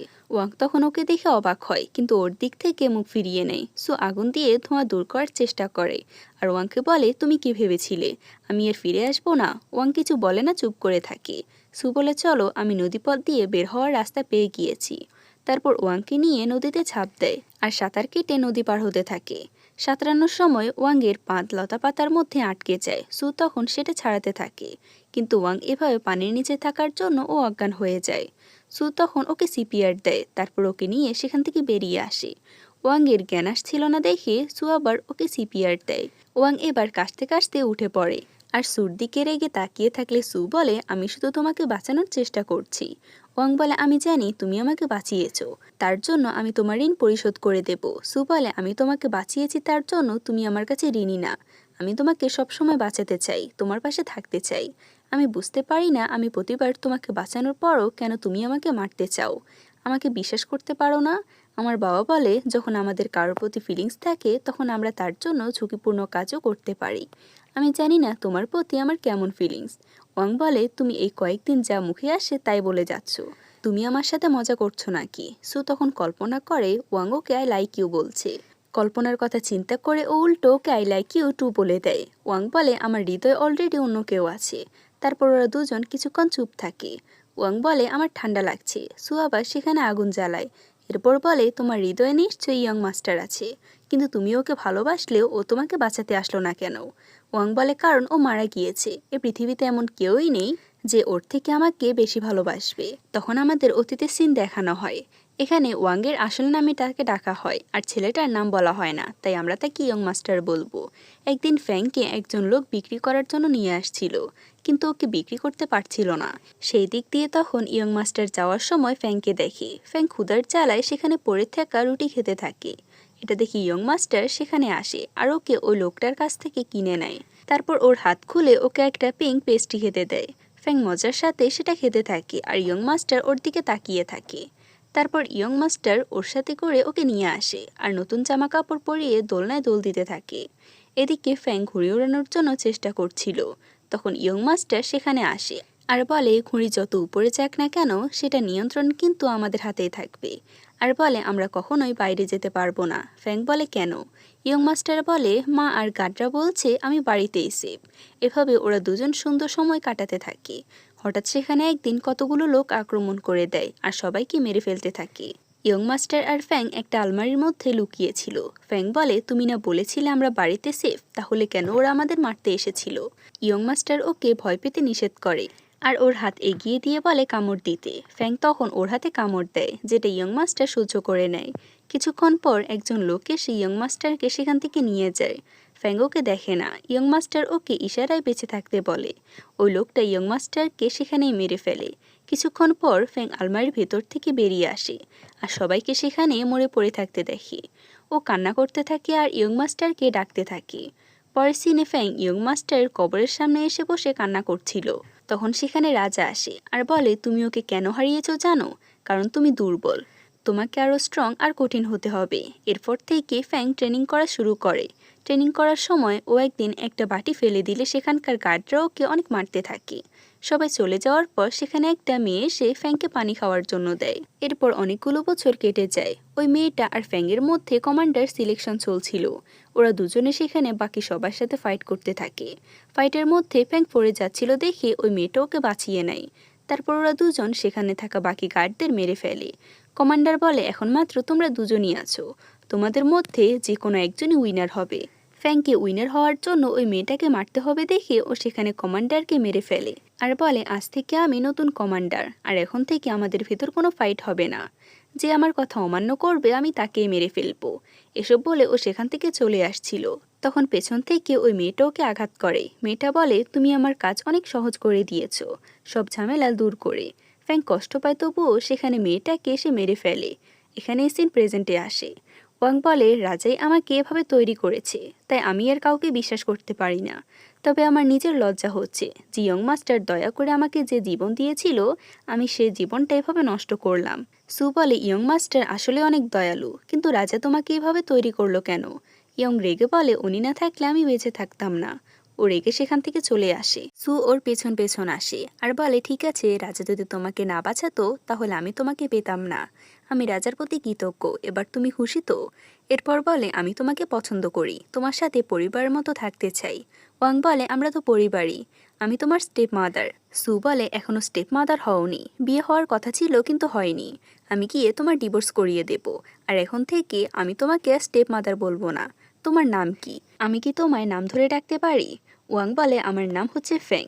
বাকিটা বলার আগে সু বলে ওয়াং ফ্যাং। ওয়াং বলে এখন আমাদের যেতে হবে আর গুকে ধরতে হবে। ওর থেকে জানতে হবে ও কেন তোমাকে মারতে এসেছিল। নিশ্চয়ই এটা ক্রাউন প্রিন্সের কেসের সাথে জড়িত। এখানে সিন কাট হয়। এরপর ওই লোকটাকে আবারও সে স্টোর রুমে বসে নিজের প্রাকৃতিক কাজ সারছিল। গু সেখানে এসে বলে আমি সুকে মেরে ফেলেছি, এবার আমার টাকা দাও। লোকটা বলে তুমি কি শিওর ওকে মেরে ফেলেছো? গু বলে হ্যাঁ, ও পাহাড় থেকে পড়ে গিয়েছে। লোকটা বলে আমি শুনলাম সুকে বাঁচাতে গিয়ে ও স্টেপ মাদার মারা গিয়েছে, ও সু মেনশনে আছে। এটা শুনে গু অবাক হয় আর দৌড়ে সেখানে চলে যায়। রাতে সু আর ওয়াং মেনশনে ফিরে আসে। ওদের উপর নুয়ান নজর রাখছিল। সু আর ওয়ান ঘরে ঢুকে দরজা বন্ধ করে দিলে নুয়ান বলে ফাইনালি তাহলে ওরা ওদের ডিসিশন নিয়েছে। আমি ওদের মতো লাভলি কাপলকে বিরক্ত করব না। ও গার্ডদের নিষেধ করে দেয় যাতে এদিকে কেউ না আসে। ঘরের আলো বন্ধ হয়ে যায়। নুয়ান বাহিরে থেকে পাহারা দিতে থাকে। এদিকে ঘরের ভিতর গু সুকে মারার জন্য এগিয়ে আসে আর বলে তুমি পাহাড় থেকে পড়ে বেঁচে গিয়েছো, কিন্তু এবার আর বাঁচবে না। ও সুকে মারতে গেলে ওয়াং উঠে বসে। গু ওকে দেখে অবাক হয় আর বলে তুমি বেঁচে আছো। পেছন থেকে সু বেরিয়ে আসলে গু ওদের দেখে বলে তোমরা আমাকে বোকা বানিয়েছো, কিন্তু তোমরা বাঁচবে না। গু তখন সুকে মারার জন্য এগিয়ে যাচ্ছিল, তখন পেছন থেকে ওয়াং ওকে ধরে ফেলে। এভাবে ওরা টানাটানি করছিল আর অন্যদিকে বাহির থেকে এসব আওয়াজ শুনে নুয়ান অন্য কিছু মনে করে। ওরা এভাবে টানাটানি করতে করতে হাঁপিয়ে যায়। সু তখন গুকে বলে তোমায় কি গ্র্যান্ড টিউটর জু আমাকে মারতে পাঠিয়েছে? গু বলে না, তুমি ওনার নামে মিথ্যা অপবাদ দিতে পারো না। তোমাকে মারার জন্য আমি অন্য আরেকজন থেকে কন্ট্যাক্ট পেয়েছি। সু বলে কার কাছ থেকে, আর কত টাকা দিয়েছে? গু দুইটা আঙ্গুল দেখিয়ে সুকে বলে 200 টাকা। গু বলে 2 লিয়াং। এটা শুনে সু চুপ হয়ে যায় আর ওয়াং হাসতে থাকে। সু বলে আমি তোমাকে 10 লিয়াং দিব, কিন্তু তার বিনিময়ে আমাকে ছেড়ে দিতে হবে, আর যার কাছ থেকে কাজ নিয়েছো তাকে আমাদের হাতে দিতে হবে। গু তখন ওর কাছ থেকে 10 লিয়াং নিয়ে আসে। ওকে টাকা নিয়ে যেতে দেখে ওয়াং আর সু দুজনে অবাক হয়ে যায়। পরদিন সকালে ওই লোকটা জঙ্গলের মধ্যে আবারও নিজের কাজ করছিল। তখন গু আসে আর বলে সুকে মারার মিশন তোমাকে কে দিয়েছে? লোকটা বলে আমি আগে আমার কাজ সেরে নেই, তারপর ওর কাছে তোমাকে নিয়ে যাচ্ছি। লোকটা ওকে বলে মিস ঝাং আমাকে মিশনটা দিয়েছে। গু জাঙ্গের কাছে যায় আর ওনাকে মিশনটা দিয়েছে কে জিজ্ঞেস করলে উনি বলে মিস্টার লি দিয়েছে। গু তখন মিস্টার লিকে জিজ্ঞেস করে। মিস্টার লি বলে আমাকে শিয়াও দিয়েছে। ওরা তখন সেখানে গিয়ে দেখে শিয়াও মারা গিয়েছে। ওয়াং ওর চুল টেনে ধরে বলে তুমি কি আমার সাথে মজা করছো? গু বলে আমি কি করে জানবো যে ওই লোকটা মারা গিয়েছে? তখন সুও ওর সাথে যোগ দেয় আর বলে তাহলে কি মরা লোক আমাকে মারার মিশন দিয়েছে তোমাকে? তখন হঠাৎ ওই লোকটা এসে ওদেরকে ভয় পাইয়ে দেয়। সিন চেঞ্জ হয়। সু আর ওয়াং বাজারের মধ্যে দিয়ে হাঁটছিল। সু বলে কে আমাকে মারতে চেয়েছে সেটা তো আমি জানতে পারলাম না, কিন্তু ওকে টাকা দিয়ে আমার জীবনটা বেঁচে গিয়েছে। ওয়াং বলে এখন আরও বিপদ, কারণ আমাদের জানতে হবে কে তোমাকে মারতে চায়। সু বলে তুমি কি আমাকে নিয়ে ভয় পাচ্ছ? ওয়াং ওর কথার উত্তর না দিয়ে বলে আমাদের যেতে হবে। তারপর ওকে ক্রাউন প্রিন্সের পোর্ট্রেট দেখালে সু অবাক হয় আর মনে মনে বলে তার মানে কি ও ক্রাউন প্রিন্স? ওয়াং ওকে এভাবে তাকিয়ে দেখতে দেখে বলে তুমি কি ওকে চিনো? সু বলে না। তবুও ওয়াং ওর দিকে সন্দেহর দৃষ্টিতে তাকালে সু বলে আমি সত্যিই জানি না। এরপর সু নিজের ঘরে আসে আর বলে ও কি করে ক্রাউন প্রিন্স হতে পারে। তখন আমরা 2 বছর আগের সিন দেখি। একদিন সু ওর বাবাকে হিসাবের খাতা দেখিয়ে বলছিল যে বাবা দক্ষিণ দিকে অনেক টাকা পয়সার জামা কাপড় পাঠানো হয়েছে। ওর বাবা বলে আমার একজন লোককে পাঠানো হয়েছে, তুমি এসব চিন্তা করো না। তারপর রাতে গ্র্যান্ডমা ফুইও ওর সাথে চিৎকার চেঁচামেচি করছিল আর বলে কত টাকা খরচ করে ফেলেছে তুমি জানো? তুমি অবৈধ সন্তান নিয়ে এত ভাবছো আর নিজের সন্তান নিয়ে একটুও ভাবছো না। ফুগুই বলে এতদিন যে লুকিয়ে রেখেছি সেটা সামনে আনতে চাইনি। বাহির থেকে সু এসব কিছু শুনছিল আর ওদের উপর তখন সন্দেহ হয়, তাই ও সত্যি বের করার জন্য দক্ষিণ দিকে যায়। ও তখন ন্যানিও শহরে আসে। সেখানে কবিরাজ ইউসুর কাছে একজন লোক আসে আর তার ছেলেকে বাঁচানোর জন্য বলছিল। ইউসু ওনার ছেলের মধ্যে ডেমন আছে বলে এসব লোকেদের থেকে অনেকগুলো টাকা হাতিয়ে নেয়। সু লুকিয়ে থেকে এসব কিছু দেখছিল। ইউসু টাকাগুলো নিয়ে একটা বারে আসে আর সেখানে গান শুনতে থাকে। সুর পিছন পিছন সেখানে আসে আর ওর সাথে দেখা করতে যায়। ইউসু বলে তুমি কে? সু বলে আমি লর্ড ডিং অন অর্থাৎ ফুগুইয়ের ছেলে। এটা শুনে ইউসু অবাক হয়। তারপর ওকে নিয়ে একটা জায়গায় যায় যেখানে সবার অবস্থা খুবই খারাপ ছিল। একটা লোক এসে ইউসুকে কথা শোনাতে থাকে ভাড়া না দেওয়ার জন্য। সু তখন বাড়ি ভাড়া দিয়ে দেয় আর সেখানে কিছু জিনিস এনে দিতে বলে। সু ইউসুকে বলে তোমার কাছে কত টাকা আছে, তাহলে কেন তুমি এই লোকগুলোকে টাকা দিলে না? ইউসু বলে তুমি কি আমাকে ফলো করছিলে? আর বলে তোমার বাবা কি তোমাকে আমার ঠিকানা দিয়েছে? সু বলে না, আমি নিজে সেটা খুঁজে বের করেছি। আর লোকটাকে বলে তোমার বাবা কি ফুগুই আর তুমি কি কনকুবাইনের ছেলে? ইউসু কনকুবাইনের ছেলে শুনে হাসতে থাকে আর বলে আমি যেগুলো ডিজার্ভ করিনি সেগুলো পেয়েছি। আর বলে আশা করি তুমি আমাকে এখানে অ্যারেস্ট করতে আসোনি। সু বলে তোমার জন্মদিন কবে? আমি আর নুয়ান দুজনই টুইন। সুর সাথে ইউসুর জন্মদিন মিলে যায়। সু মনে মনে ওর বাবাকে বকতে থাকে। এরপর বলে, তোমার তো কত টাকা আছে, তাহলে তুমি এখানে কেন থাকো? আর বাবা কি তোমাকে এখানে দেখতে আসে না? ইউসু বলে, আমি সু ফ্যামিলির ঝামেলা বাড়াতে চাই না। সু তখন ইউসুর কোমরে একটা পেন্ডেন্ট দেখে বলে, এটা তো অনেক দামি, কিন্তু এটার আরেকটা অংশ কোথায়? ইউসু বলে, এটাই একমাত্র জিনিস যেটা আমার মা আমার জন্য রেখে গিয়েছে। তারপরও সুকে সেটা দেখিয়ে বলে, তুমি কি সত্যি আমাকে মনে করতে পারছো না? সু বলে, এর মানে কি? ইউসু বলে, তেমন কিছু না, আমরা ছোটবেলা থেকে পরিচিত ছিলাম। সু বলে, আমি 7 বছর বয়সে পানিতে পড়ে গিয়েছি, তারপর আমি আমার আগের স্মৃতি হারিয়ে ফেলেছি। ওরা কিছুক্ষণ কথা বলার পর ইউসুকে জড়িয়ে ধরে আর বলে, এবার তুমি আসতে পারো। সু চলে আসার সময় বলে, আমার ব্যাংক নোটটা দিও। ইউসু সেটা বের করে দেয়। তার মানে ও যখন জড়িয়ে ধরেছিল তখন ও স্যুট থেকে সবকিছু চুরি করে নিয়েছিল। সু বলে, আমার টাকা আর হেয়ারপিন দিয়ে দাও। ইউসু সেগুলো বের করে দেয়। সু কিছু টাকা নিয়ে নিজের কাছে রাখে আর বাকি টাকাগুলো ওকে দিয়ে বলে, আজ থেকে আমি তোমার প্রতি বছর 500 লিয়েন পাঠাবো, যাতে তুমি ভালোভাবে থাকতে পারো। আর আমরা দুজনেই ভাই। আমি তোমাকে সবসময় প্রোটেক্ট করব। আমি চেষ্টা করব যাতে পরিবারের সবাই তোমাকে মেনে নেয়। আর বলে, তুমি এবার পড়ালেখা করে ইম্পেরিয়াল এক্সাম দিয়ে ভালো করে পজিশন নিয়ে নাও, তাহলে পরিবারের সবাই তোমাকে দেখে খুশি হবে আর তারা মেনে নেবে। তুমি আমার সাথে এটা ডিল করো। ইউসু ওর সাথে এটা ডিল করে। এখানে অতীতের সিন শেষ হয়। এর মানে এটাই দাঁড়ালো, সু আর ইউসু দুজনে হচ্ছে ভাই, কিন্তু সুয়ের মাকে বিয়ে করা হলেও ইউসুর মাকে বিয়ে করা হয় না, যার জন্য ওকে কনকুবাইনের ছেলে বলে সবাই ওকে খেপাতে থাকে। আর এজন্যই ও ওখানে পড়েছিল। যাই হোক, বর্তমানে দেখি ডং ইউয়ান দৌড়ে দৌড়ে সবাইকে বলছিল বাবা এখন সুস্থ হয়ে গিয়েছে। এরপর সবাইকে একসাথে দেখানো হয়। গ্র্যান্ডমা ফুগুইকে ওয়াংকে দেখিয়ে বলে, তুমি যখন অসুস্থ ছিলে তখন ও তোমার পরিবারের দেখাশোনা করেছে, তাই আমি চাই তোমরা এখন নতুন জীবন শুরু করো আর একটা নতুন বাচ্চা আনার পরিকল্পনা করো। উনি দুজনের হাত এক করে দেয়। সু এসব দেখে অনেক জেলাস হচ্ছিল। সু জিয়াও আর নুয়ান একসাথে বলে উঠে, সবকিছু তাড়াতাড়ি হয়ে যাচ্ছে না? গ্র্যান্ডমা বলে, কিছুই তাড়াতাড়ি হচ্ছে না। উনি ফুগুই আর ওয়াংকে একা ছেড়ে দিতে বলে। সু, নুয়ান আর জিয়াও ওদেরকে এভাবে একা থাকতে দেখতে চাইছিল না। জিও বলে, ডং ইউয়ানকে বাবা অনেক ভালোবাসে, কিন্তু বাবা যখন অসুস্থ ছিল তখন ওদের আদর করতে পারেনি। এসব বলে ডং ইউয়ানকে সেখানে রেখে চলে আসে।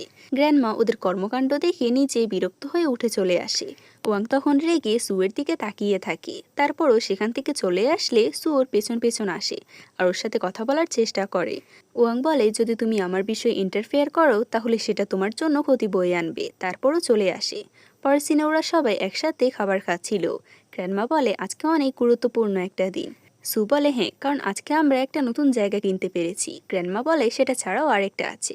সু গ্র্যান্ডমাকে সেটা বলতে দেয় না আর ওর বাবাকে বলে, তুমি অসুস্থ, তাই আমরা তোমার অসুস্থতা দূর করার জন্য একটা রিচুয়াল করব। ওর বাবাকে সেখান থেকে জোর করে নিয়ে যায়। গ্র্যান্ডমা রেগে বলে, সু এমন কেন করছে?